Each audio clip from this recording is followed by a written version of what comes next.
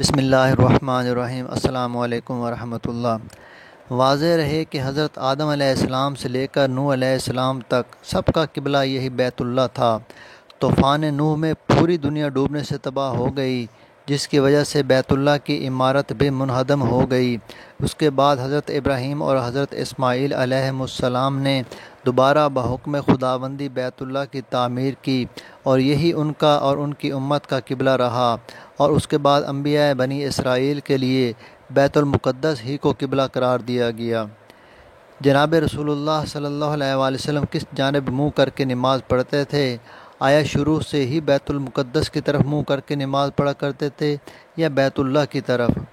حضرت عبداللہ بن عباس رضی اللہ عنہ فرماتے ہیں کہ نماز فرض ہونے کے بعد پہلے آپ کا قبلہ بیت المقدس تھا، جو مدینہ ہجرت کے بعد بھی 16-17 مہینے تک باقی رہا۔ البتہ جناب رسول اللہ مکہ مکرمہ میں حجر اسود اور رکن یمانی کے درمیان نماز پڑھتے تھے، تاکہ بیت اللہ بھی سامنے رہے اور بیت المقدس کا بھی استقبال ہو جائے۔ مدینہ منورہ پہنچنے کے بعد یہ ممکن نہ رہا، اس لیے بیت اللہ کو قبلہ بنانے کے احکام نازل ہوئے، جبکہ دوسرے حضرات کی رائے یہ ہے کہ نماز فرض ہونے کے بعد مکہ مکرمہ میں بھی مسلمانوں کا ابتدائی قبلہ بیت اللہ ہی تھا، کیونکہ حضرت ابراہیم و اسماعیل علیہ السلام کا قبلہ بھی بیت اللہ ہی رہا تھا، اور آپ جب تک مکہ مکرمہ میں مقیم رہے بیت اللہ ہی کی طرف نماز پڑھتے رہے۔ پھر ہجرت کے بعد آپ کا قبلہ بیت المقدس قرار دے دیا گیا، اور مدینہ منورہ میں 16-17 مہینے آپ نے بیت المقدس کی طرف نماز پڑھی۔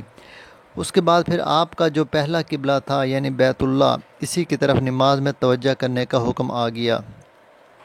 علامہ ابن عبد البر نے اس قول کو صحیح قرار دیا ہے، اور علامہ قرطبی نے بحوالہ ابو عمرو اسی قول کو اصح القولین قرار دیا ہے۔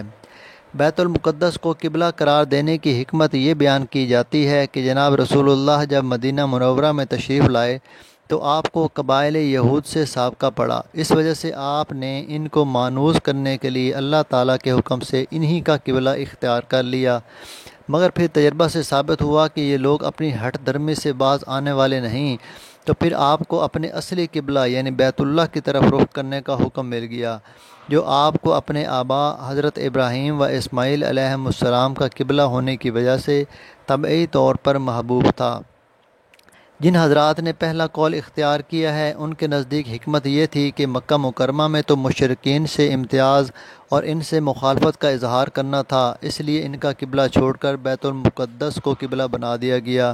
پھر ہجرت کے بعد مدینہ طیبہ میں یہود و نصارہ سے امتیاز اور ان کی مخالفت کا اظہار مقصود ہوا، تو ان کا قبلہ بدل کر بیت اللہ کو قبلہ بنا دیا گیا۔ بیت المقدس کے فضائل۔ مسلمانوں کے لیے فضیلت یہ ہے کہ مسجد اقصیٰ مسلمانوں کا کچھ عرصے کے لیے قبلہ رہا ہے۔ جس طرح مسجد حرام میں نماز پڑھنے کی فضیلت ہے، اسی طرح مسجد اقصیٰ میں بھی نماز پڑھنے کی فضیلت آئی ہے۔ حدیث شریف میں آتا ہے کہ حضرت ابوذر رضی اللہ تعالیٰ عنہ فرماتے ہیں کہ ہم رسول اللہ صلی اللہ علیہ وآلہ وسلم کے پاس بیٹھے یہ گفتگو کر رہے تھے کہ مسجد نبوی افضل ہے یا بیت المقدس، تو آپ نے ارشاد فرمایا میری اس مسجد میں ایک نماز بیت المقدس میں پڑھی گئی 4 نمازوں کے برابر ہیں۔ ہاں، وہ نماز پڑھنے کی بہترین جگہ ہے، اور وہ وقت قریب ہے کہ ایک مومن کے لیے اتنی جگہ بھی ملنا مشکل ہوگی کہ وہ وہاں سے بیت المقدس کو دیکھ لے۔ اگر صرف اتنی جگہ بھی مل گئی تو وہ اس کے نزدیک دنیا اور دنیا کی تمام چیزوں سے بہتر ہوگا۔ اس حدیث کی روشنی میں مسجد اقصیٰ میں نماز پڑھنے کا ثواب 250 بنتا ہے۔ بیت المقدس وہ جگہ ہے جہاں سے آپ کا سفر معراج شروع ہوا تھا اور جہاں آپ نے انبیاء کرام علیہ السلام کی امامت فرمائی تھی۔ مسجد اقصیٰ ان 3 مساجد میں سے ایک ہے جس کی طرف عبادت کی نیت سے سفر کر کے جانا جائز ہے۔ حدیث شریف میں آتا ہے کہ 3 مسجدوں کے سوا کسی کے لیے کجاوے نہ باندھے جائیں، یعنی سفر نہ کیا جائے۔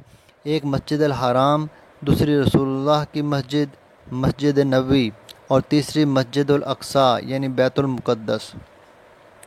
بیت المقدس ان 4 مسجدوں مسجد حرام، مسجد نبوی، مسجد اقصیٰ اور کوہ طور میں سے ہے جہاں دجال داخل نہیں ہو سکتا ہے۔ احادیث مبارکہ میں اور بھی فضائل بیان کیے گئے ہیں جن سے یہ واضح ہو جاتا ہے کہ بیت المقدس سے مسلمانوں کا رشتہ ایمانی اور مذہبی ہے۔